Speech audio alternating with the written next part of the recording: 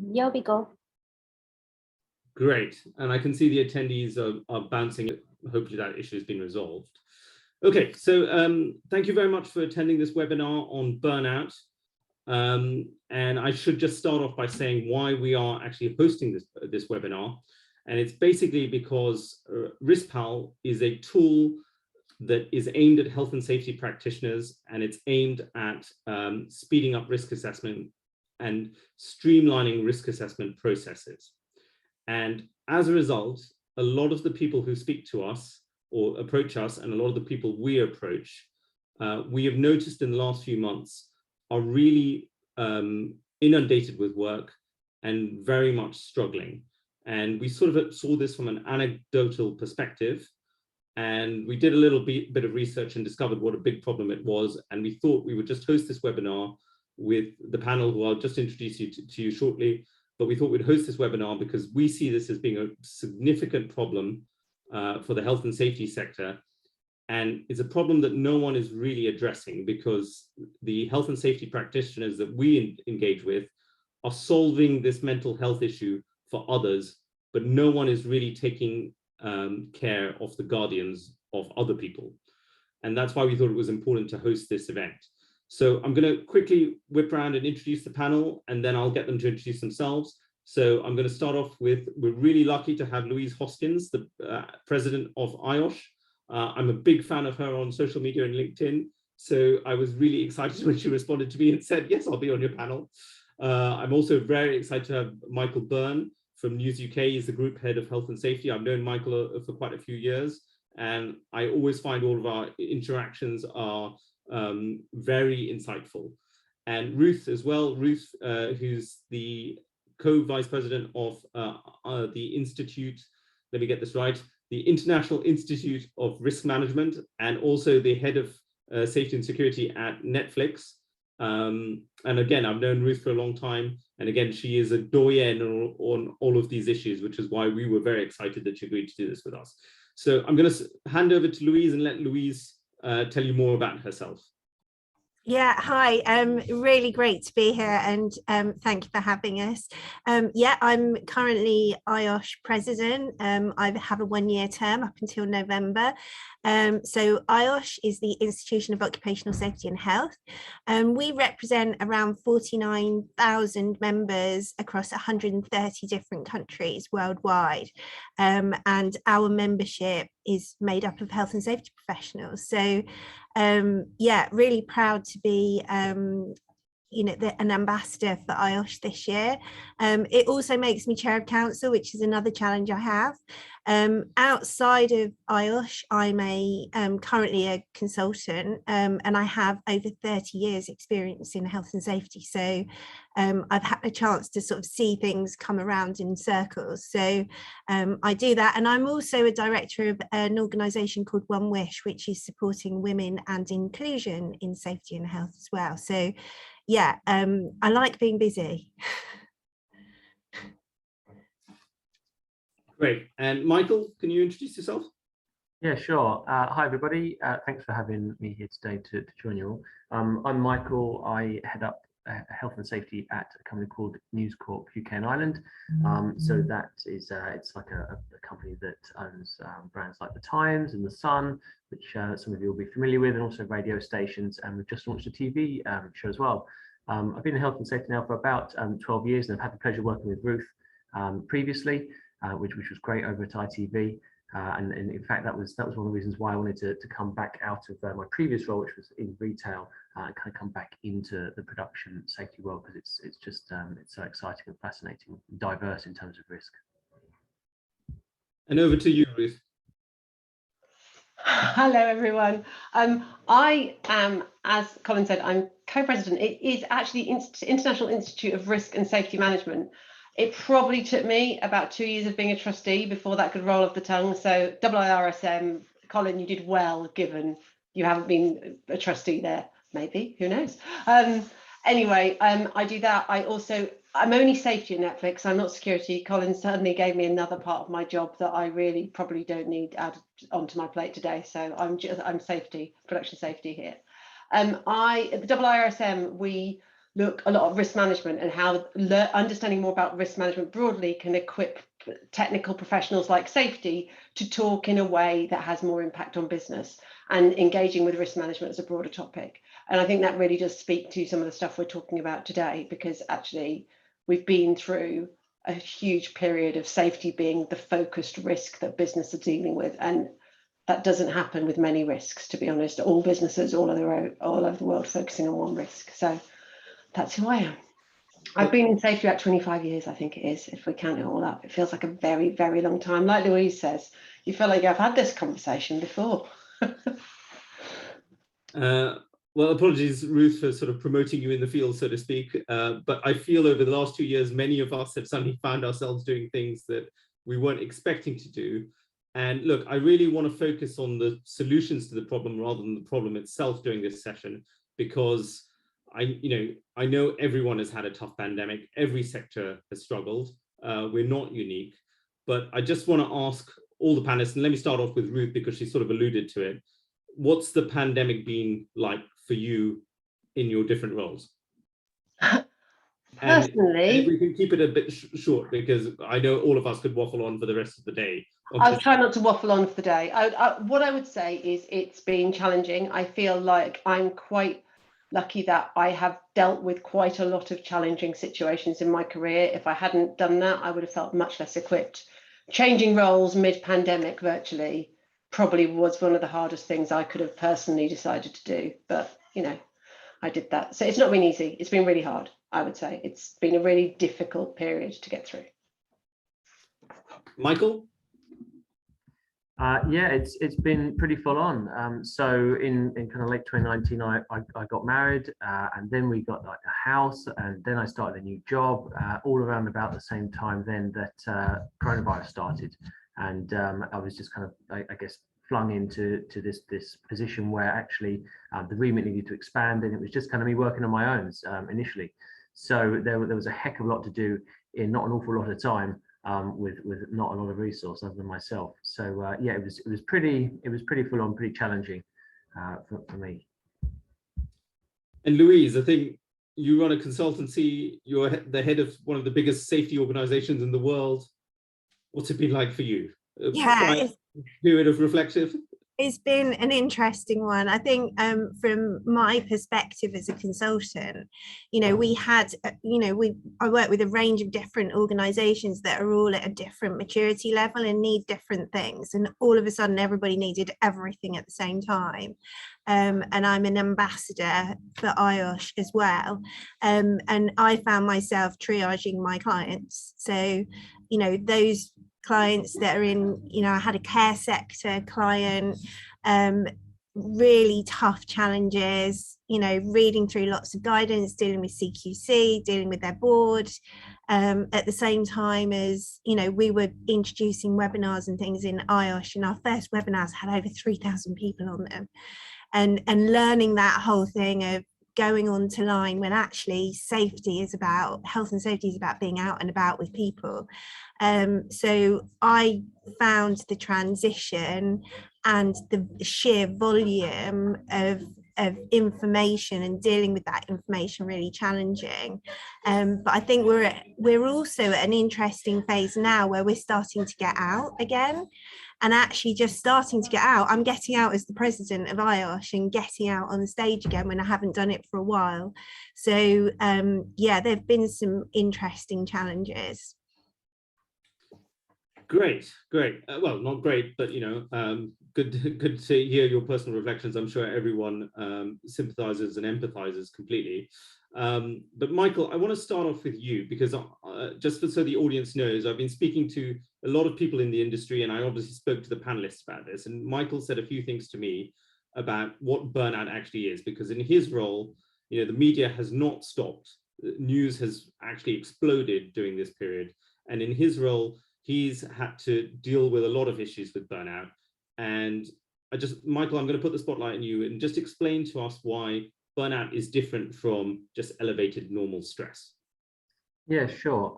So, I mean, I guess on a few occasions, kind of throughout learning about burnout, I'd initially I thought was it just a buzzword for anxiety and depression, and certainly I've heard other people kind of thinking along the same lines, but actually it's quite different to those two issues. It's a lot more temporary in nature. It's a bit like overexerting yourself at the gym in some respects, or you could consider it that way. Whereas something like anxiety and depression is, you could potentially think of it more like, you've got a broken leg, maybe you've got scar tissue left over, and you've always got to be aware of it. So, I guess for me, in initially doing the research into this, I found out, actually burnout itself was defined way back in the 1970s as specifically a work-related condition. And in a document called the ICD-11, which is the World Health Organization's classification of diseases, it's actually classified as a syndrome, not a disease, but a syndrome that arises as a result of chronic workplace stress that hasn't been managed appropriately. And I mean, despite the fact that burnout is mentioned in tons of magazines, it's almost like the zeitgeist for organizations to embrace this and, start singing kumbaya and being all cuddly and fluffy. The fact that I'm using words like cuddly and fluffy imply there's still stigma and shame attached to this. I mean, Ruth, Louise, what are you seeing from your organizations? Let's start off with Louise, because she's got a mic off. So. Yeah, it's an interesting one, isn't it? When I came into the presidency, I have a theme that's people, sustainability, and putting heart into health and safety. And I knew that when I became president in November, and I'm in the role for a year, that I was going to talk about the touchy-feely stuff. And I didn't quite know how that would go down and my approach would go down, because I'm quite a touchy-feely kind of person in terms of how I go about my role. But we often say that it's, you get the right president at the right time.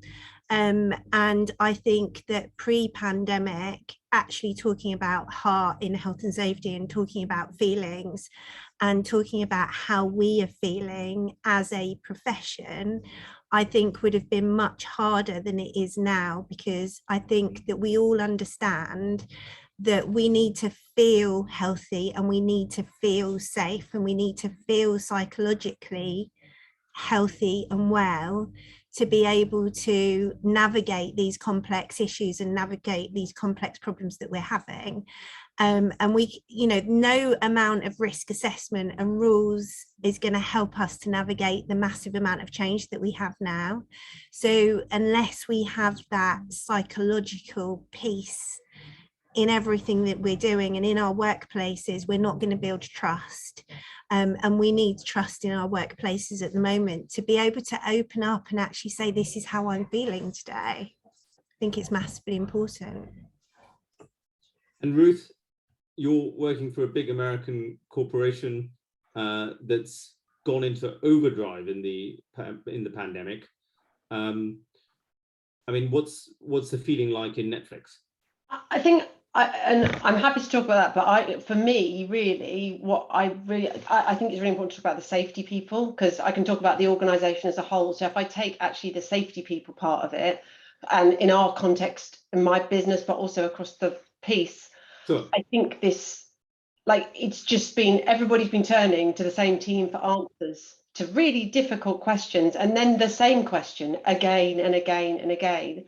And I think within us as a profession and looking at kind of the RRSM and probably IOSH as well, Louise will be seeing it, and it's just that sense of kind of that so much and such a focus, and how do we kind of pivot out of that whilst everybody is tired, basically everybody's exhausted. And so there's support out there, and most organizations have got different types of support. I strongly believe managing through this is about really good leadership and having good leaders and equipping people to be good, empathetic leaders who ask good questions. But I think as safety professionals, we are in a bit of a, and this topic is fascinating because we're in an interesting place. It has literally been the focus. And you kind of go, wow, this one topic focus for so long, how are we going to move away from it? And, when I was talking to people about this in the health and safety industry, someone said something to me which really sort of stuck with me, which was basically, they said, my bosses I've never had so much never been so high profile before in the organization. Everyone knows my name.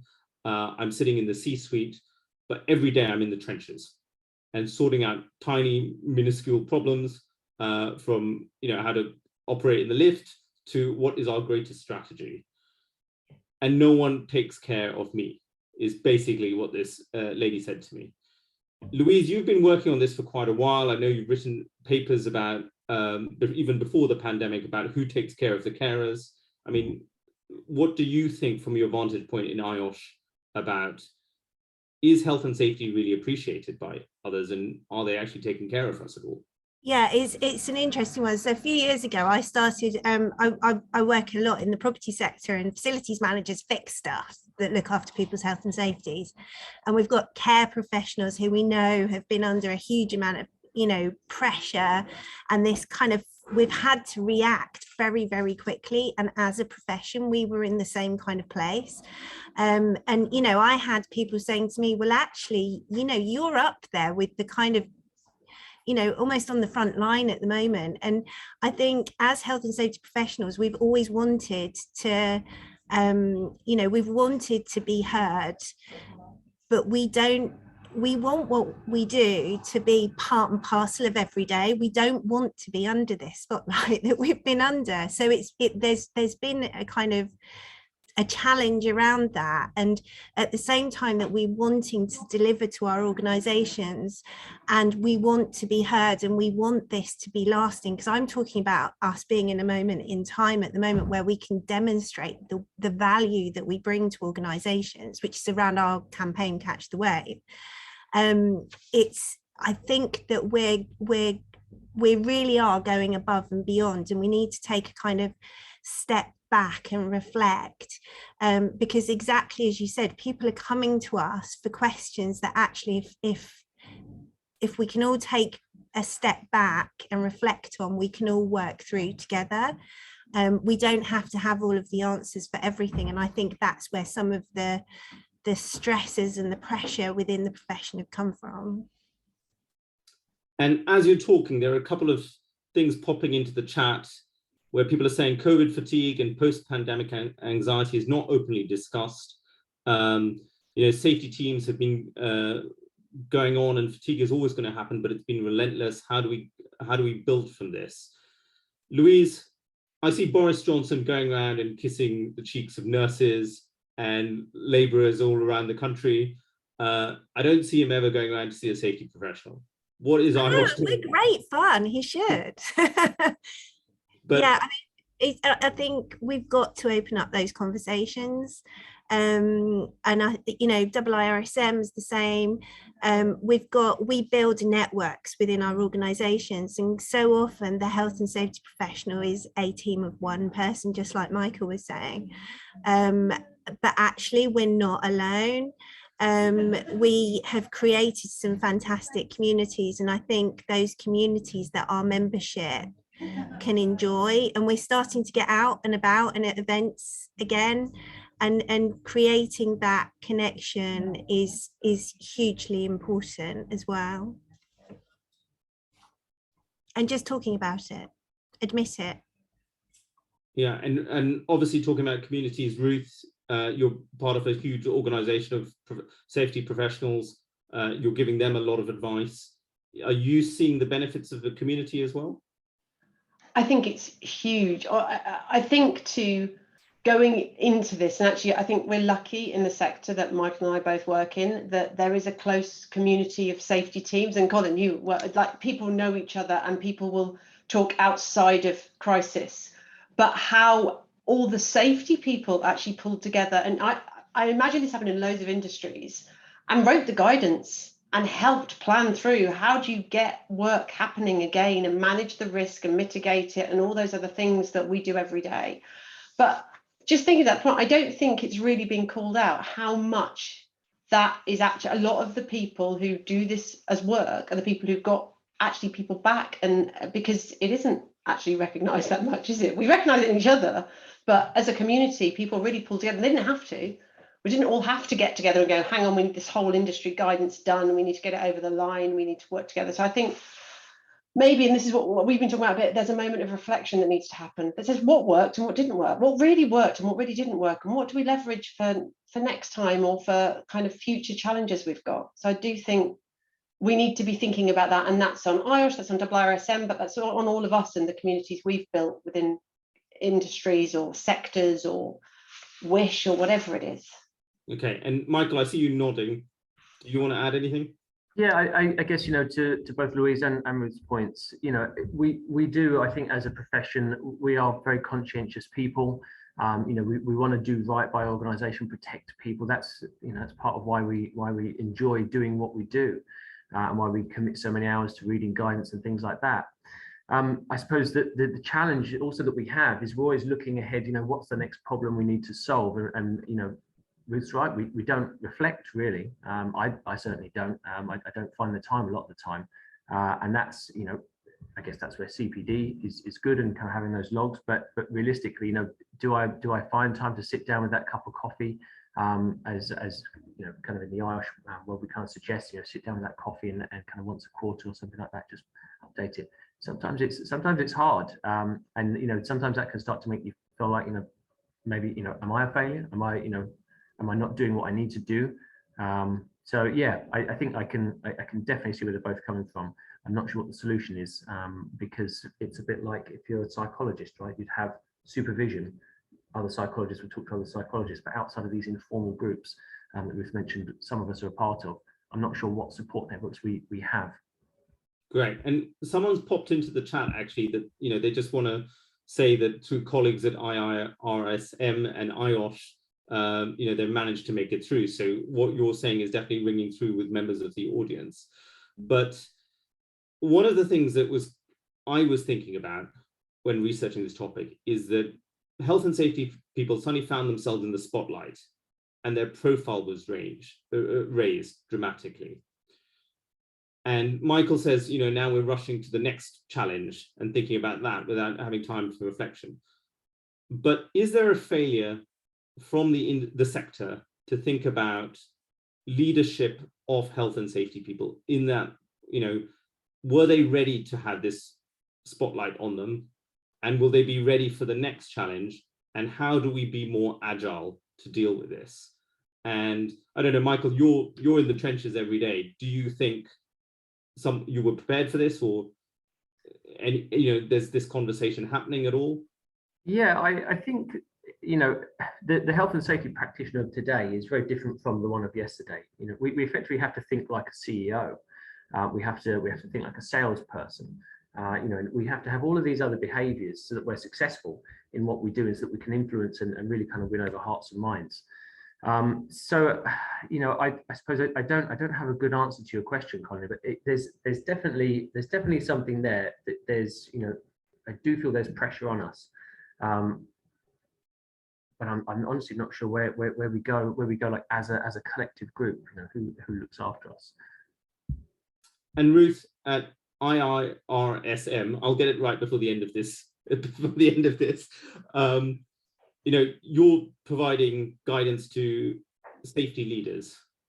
Is this something that professionals actually? So technical professionals, and it doesn't just have to be safety, it's predominantly safety at the moment, but actually equipping people to think about safety within a risk framework. And that I genuinely believe, and having done obviously broader risk in my last role, I think that really helps when you do get put in the spotlight and the issue you're talking about has to be talked about as a business risk and a global business risk. If you have the language and the understanding of how all risks are managed, from cyber to safety to all the other stuff, because organizations deal with risk all the time, it just happens to be the one that we know the most about was in the spotlight across every organization. I do think that's a skill that is really, really important as a safety professional. If you have a senior role, and actually, even if you don't have a senior role, being able to talk about it within the context that other people talk about risk really helps, because you can cut through a lot and you can get people to understand where you're coming from. And I think that's one of the things we need to focus on as a profession going forward is, do we have that level of education? Are we technically still in there?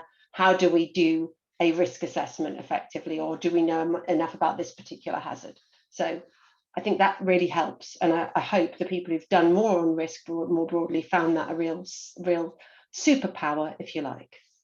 Okay, so sort of looking at things from a broader perspective, Louise, I know you want to talk about Catch the Wave. I think that's a good segue. Yeah, I mean, I was just going to add to, I completely agree with Ruth. We do usually agree. It is, you asked, were we equipped? And I think we were absolutely equipped. And that's why the leaders within our organisation have been looking at us.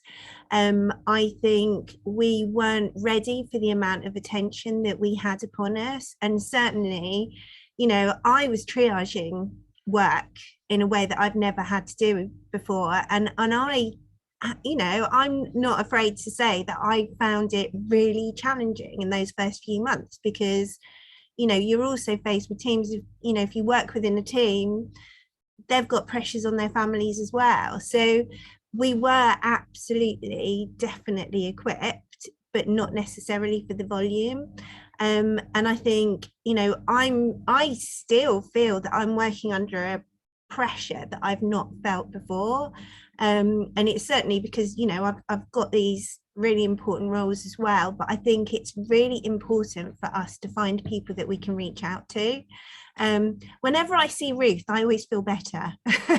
So, you know, we've got colleagues in the industry, and certainly in my position as president of IOSH, there's people that I can go to and I can be really open with. I can be myself with, who know me personally, who know and understand the challenges that I've got in terms of that role. And I think we all have to have that person. And this is at the heart of Catch the Wave, because Catch the Wave is all about looking at the value that we can bring by having by incorporating health and safety into social sustainability, and having organizations that appreciate the value that people bring, and putting people first, putting their well-being first.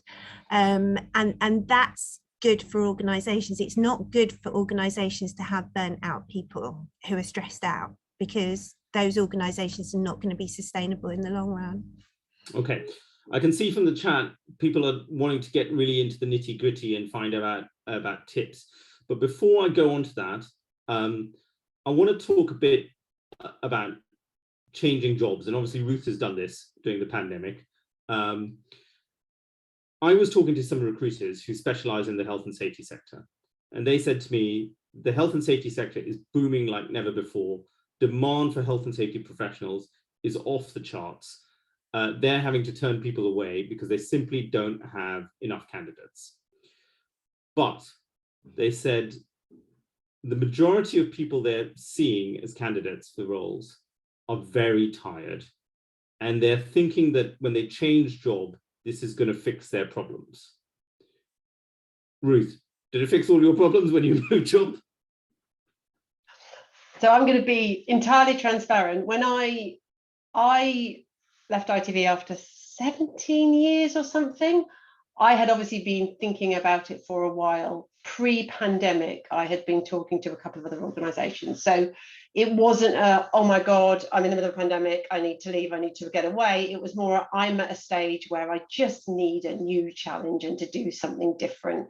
So I think the drivers to why you're moving is really, really important. I don't think jumping from, if the pressure, if everything's too much, just jumping into a new role is very unlikely to solve that problem, unless it's very specific to the organisation you're in and you can pinpoint it. I spent time talking to a coach before I decided I wanted to move roles, to think about what I wanted, personally, what I needed for the next role. And I think that's really important. I think some of this is spending the time on yourself that we tell other people to do, but taking our own advice is sometimes the hardest thing. And I found that with colleagues as well. Sometimes if I just say to them, what would you tell yourself to do now if you were your manager? And they say it and they're like, that's what I should do, isn't it? No, yet you know it deep down. So I think the changing organizations, it's probably not the answer for many people. But actually what it does mean is you need to spend some time really thinking about what it is that's making you want to change organizations, and why it is, and if it's within your gift to change that, or if you need to have other conversations with people. It's not easy changing organisations. I moved country with 2 little kids during the middle of the pandemic, so I think it's That's hard. I didn't move country. I stayed here at home. But the weirdest thing in the pandemic, I think, was starting a new role after 17 years, but being at the same desk, the same chair as you were in the last job, on the same screen. Again, this is really strange. And I can see Michael's nodding. Michael, anything to add? Only just really that, you know, I think I agree with Ruth. It's probably not the right move if, you know, if you're feeling, you know, physically tired and exhausted, and, you know, you might even get to a point where your body's starting to ache and things like that, maybe becoming foggy and forgetful, and, you know, your body's going to be going through like a fight or flight reaction, and kind of having this cortisol and adrenaline exposed to it for a period of time. So you might feel like that's the problem, the job's the problem, and if I can get away, then, you know, great, you know, I'll have solved it. But actually, if you're already tired and you're already exhausted, what you're going to do is throw yourself in really at the deep end. And, you know, normally during your initial probation period, you've got to run at like 120% anyway, just so you get up to speed with everything, right? So you're just going to tie yourself out even more, and possibly even fall over in the new job, which would be terrible.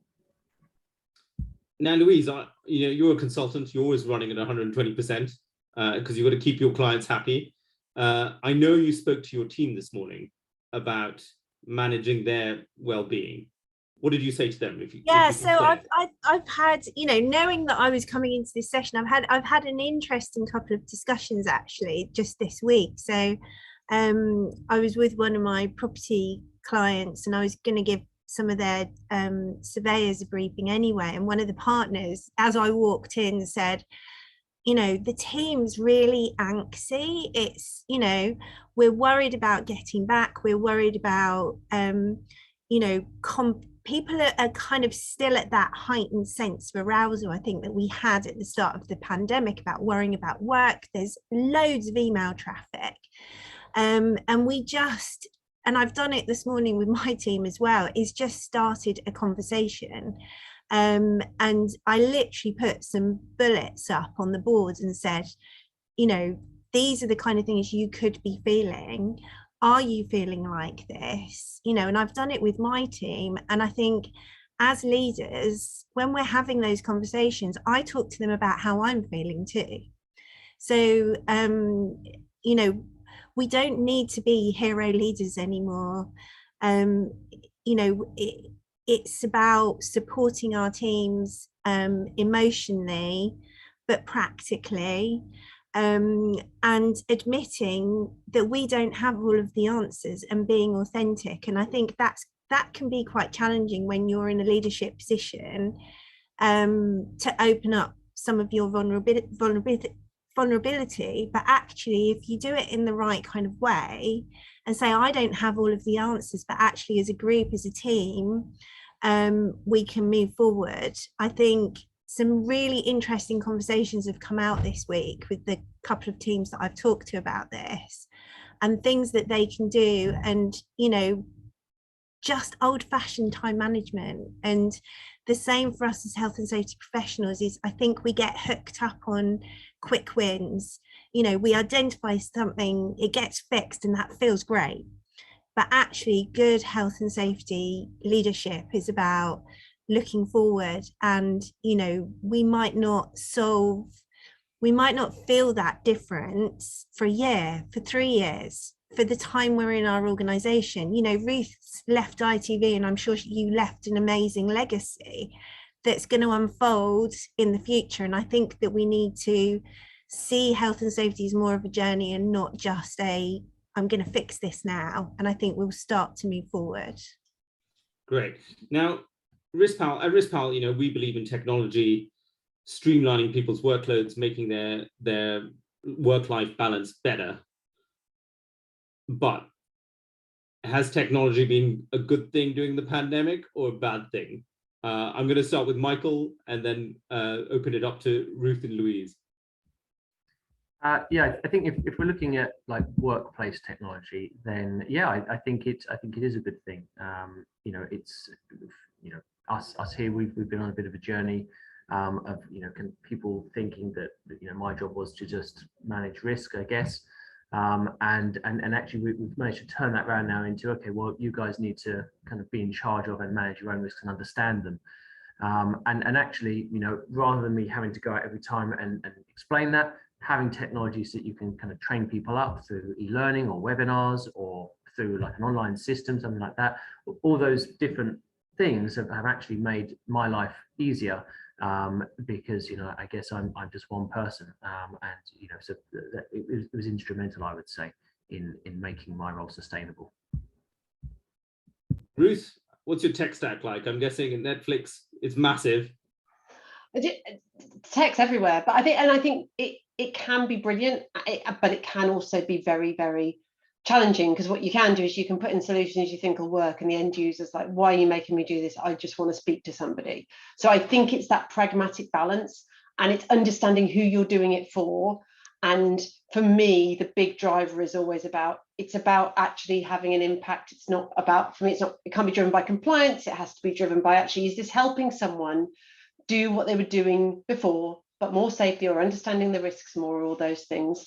I do think one of the things I really noticed, and to Michael's point at the beginning of all this, is how amazing it was to be able to leverage even the conference technology, where we could do Q&A sessions that everybody could dial into and have big conversations on video, and remembering conference calls when you could never get the queue of who wanted to speak, and it would go, and at those star phones that you always had in the middle of the desk. So I think it's been brilliant, and I think there's absolutely a place for technology in managing, kind of making it us able to be more efficient, effective, scale knowledge. But we really do have to think about how the person who's interacting that is being impacted as well, because just because we give people the tool, it doesn't mean it has the impact we want it to, and it certainly doesn't mean that they want to use it that way.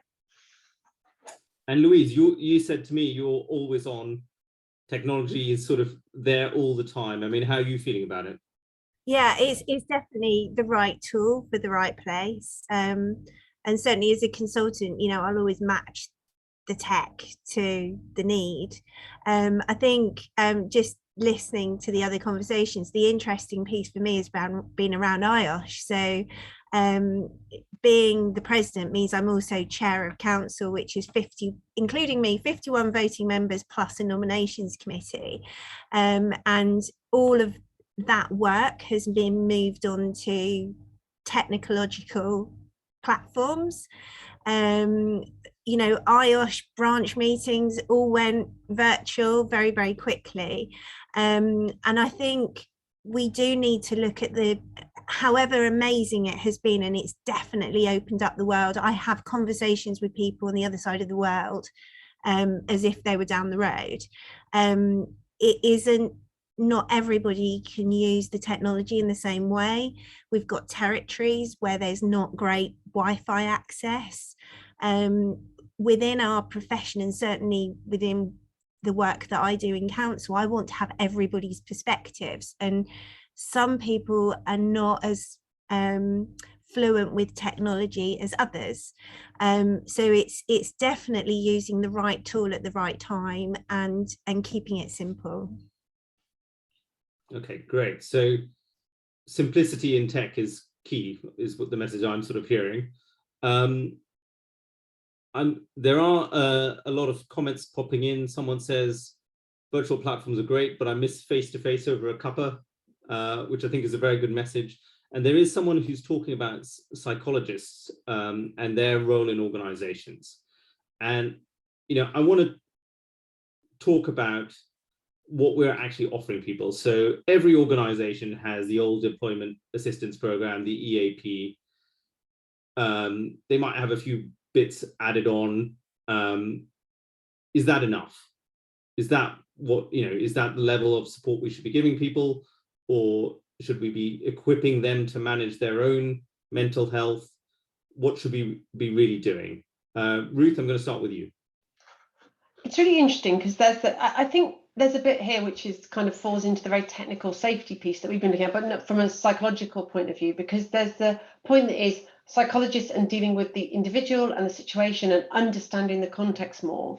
But whenever I talk to, and I was talking to psychologists yesterday, what you hear is leadership matters, managers matter, leadership matters. Actually, the thing that we're really going to have to change and move, if we're going to deal with all these challenges that people have within, like being psychologically safe, all these things, it's going to be about leadership. So yes, we absolutely need experts. We need technical experts in specialist subjects, and psychologists are experts in that. I am not an expert in psychology. I haven't studied it in depth. I broadly understand some of it. So I think they absolutely make up part of the solution. But I also think much of this, like safety in general, like risk, is about leadership and what leadership bring, and how do you ask the good questions? How do you understand your workforce? I think unless you solve that problem, you can do all you like on the technical side, and you can offer all this kind of the things like the counselling after the event, all that stuff. But actually, you're not solving the cause of the challenge, which is down to leadership, management, all those things. So that's always I always end up in that place where I go, and that's where I end up with safety and risk. Is actually, unless we look at leadership and management, we're not going to really solve the broader piece. And psychologists make up part of that, I think.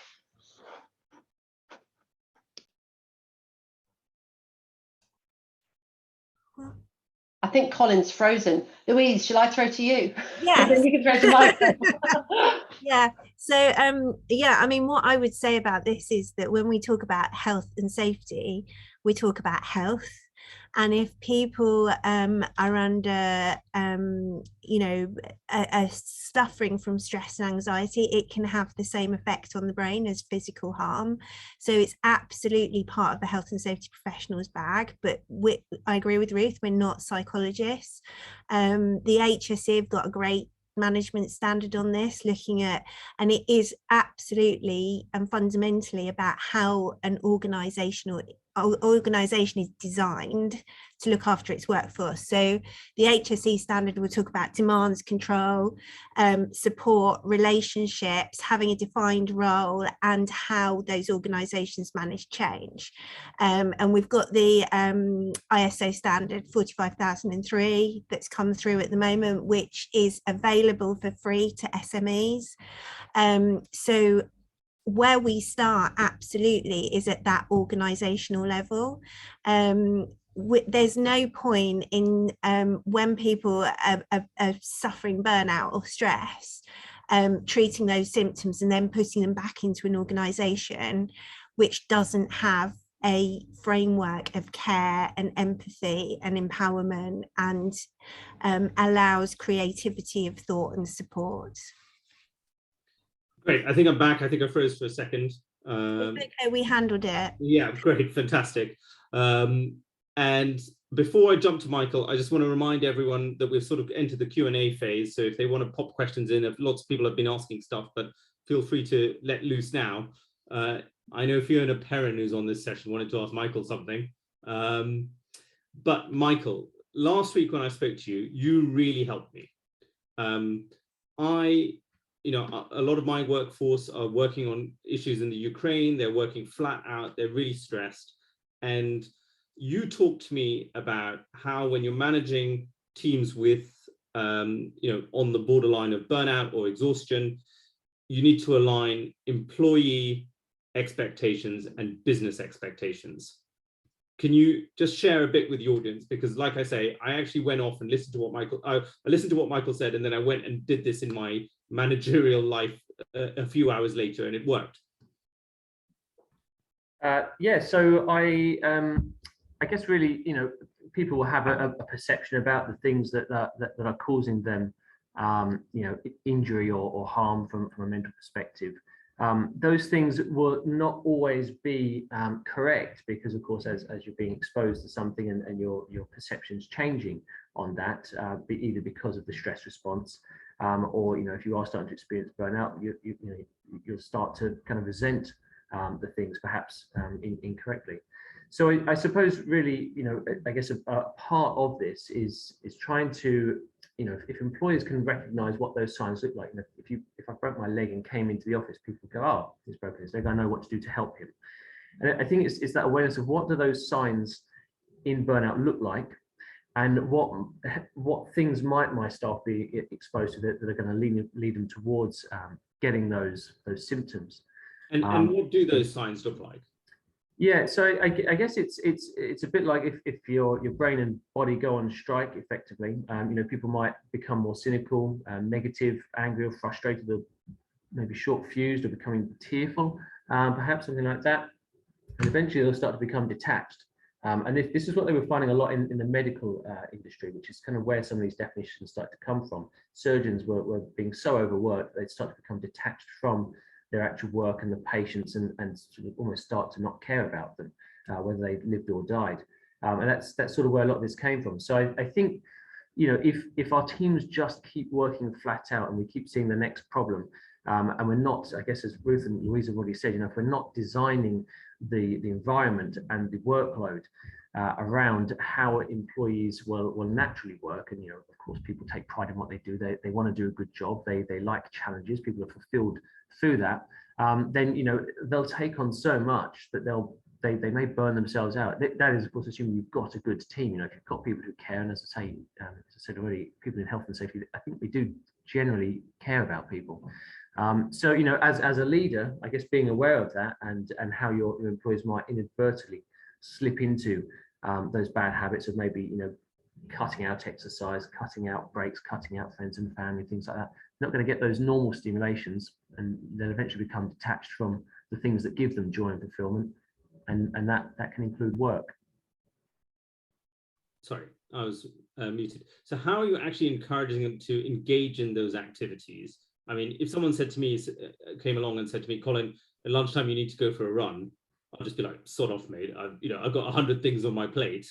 What are you talking about? So how do you do this without encountering cynicism and, you know, rejection from the individual?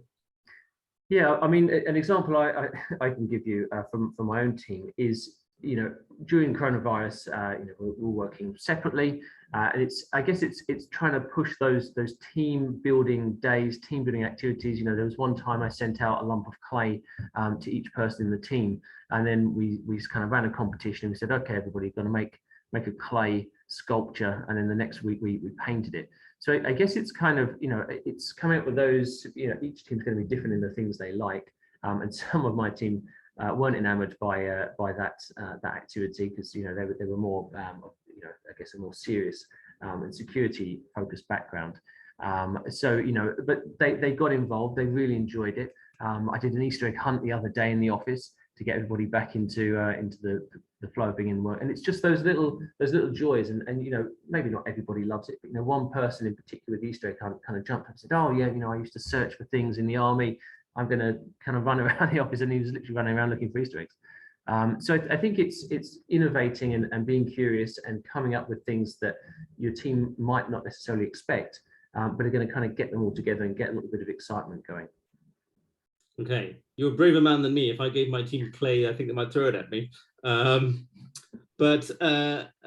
make rude shapes with it to send to me in the post or something. But so Haley Seddon has asked, you know, is it important to give people a safe space to debrief at the end of a tough period? And you know, we're coming to the end of a very tough period. Is there a celebration to be had, or is that inappropriate? How do you get teams to unwind together like we used to do in the past, where we would go to the pub, where, you know, which is probably not the healthiest thing to have done, but at least we all spent time together. Now we don't really do those kind of things. Yeah, I think from going back to both points that have been made around leadership, we do need to physically get back out and see everybody. And I think we've got into a habit of not doing that. It's going to be conference season, so I'm getting out on the circuit. I'm sure everybody else is. And so I think, you know, that gives us a time as a profession to meet our colleagues, but also from a leadership perspective and thinking about organizational psychological safety. I think as leaders we need to kind of step back and go back to basics again as well, and make sure that we have really clear frames that people are working within, clear visions, that we're authentic, that we bring people with us, and we, you know, we take that caring piece around what we're looking at. So having that clear direction for people, I think, is going to be really important, and also thinking about what we don't need to do. So, you know, we're very good as a profession at saying yes to everything, and I'm the number one person for you know, I like to start from a position of yes, but actually, do we need to do everything? Is there anything that we can talk to our teams about and actually say, do you know what, you don't need to do that today, you know, that can wait? Or, you know, do we really have to, you know, is this process broken? Does it need to change? And I think it's looking for the things that we don't need to do, because I think we're putting a lot of pressure on ourselves. And a good question to wind this all up with, because we've got 6 minutes. So someone said, how do we ensure the role of health and safety practitioners are not forgotten in organizations in the months ahead? Ruth?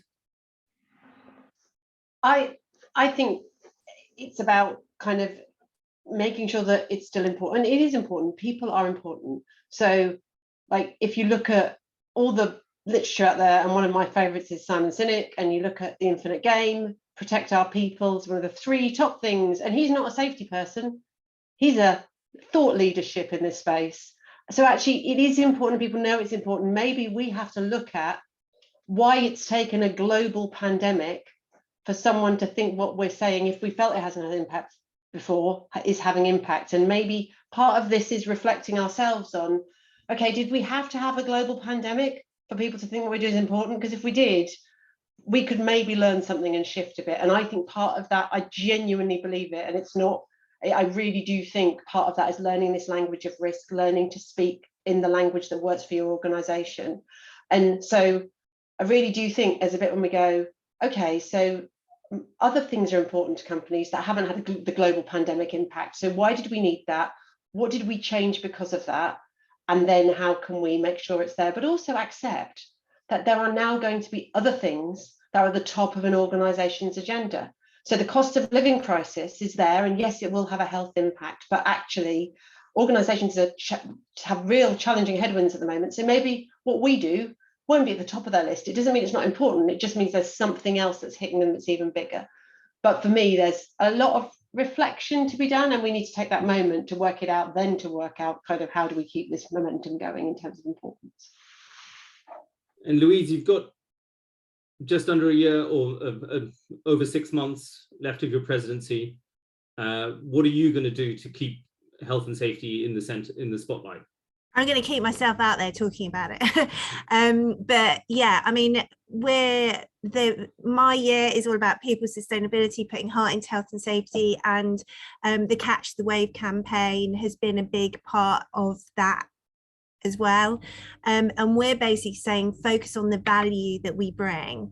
So by having all of these things in place, it's about changing our narrative and the way that we approach this. So if we talk about the value that we bring to our organizations to build up people to solve these very, very complex issues.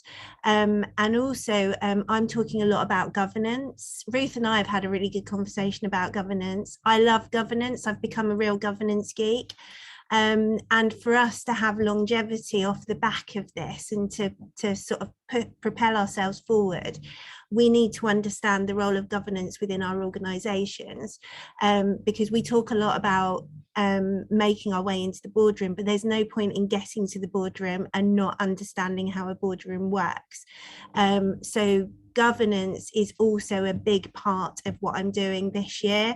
And I'm going to have a quick plug. So council elections will come round soon. And if you join IOSH Council, you will learn a lot about governance. So actually looking at health and safety through the lines of governance of how it comes through an organisation, from the boardroom as a golden thread all the way down to the shop floor, is another way that we can demonstrate our value to organisations. Great. And Michael, you said a really interesting thing. We need to think like CEOs. We need to think like salespeople. We can't just think like safety people. There's a lot of change in health and safety. You know, the name is changing. to a certain extent with ESG and whatever you want to call it, sustainability. How do you see this going? Yeah, I think what I really like about the visual of Ride the Wave is, when you're surfing, I guess you can either fall off straight away, or you can ride it all the way to the shore. And actually, I think the other thing that Louise has picked up on as well is that kind of that saying no, and kind of taking time to reflect on what we've done so that we can recover. And I think to Ruth's point, we need to change the way that we're talking. If we aren't already talking that way, and Aisha has got some great material on the different types of behaviours that we can learn as safety professionals. But learning how to engage with the business differently, so that we're having, rather than thinking that we're just going to say no to stuff, actually having them realise, no, we're there to facilitate business, we're there to facilitate profitability, and help them to explore and understand their appetite for taking risk.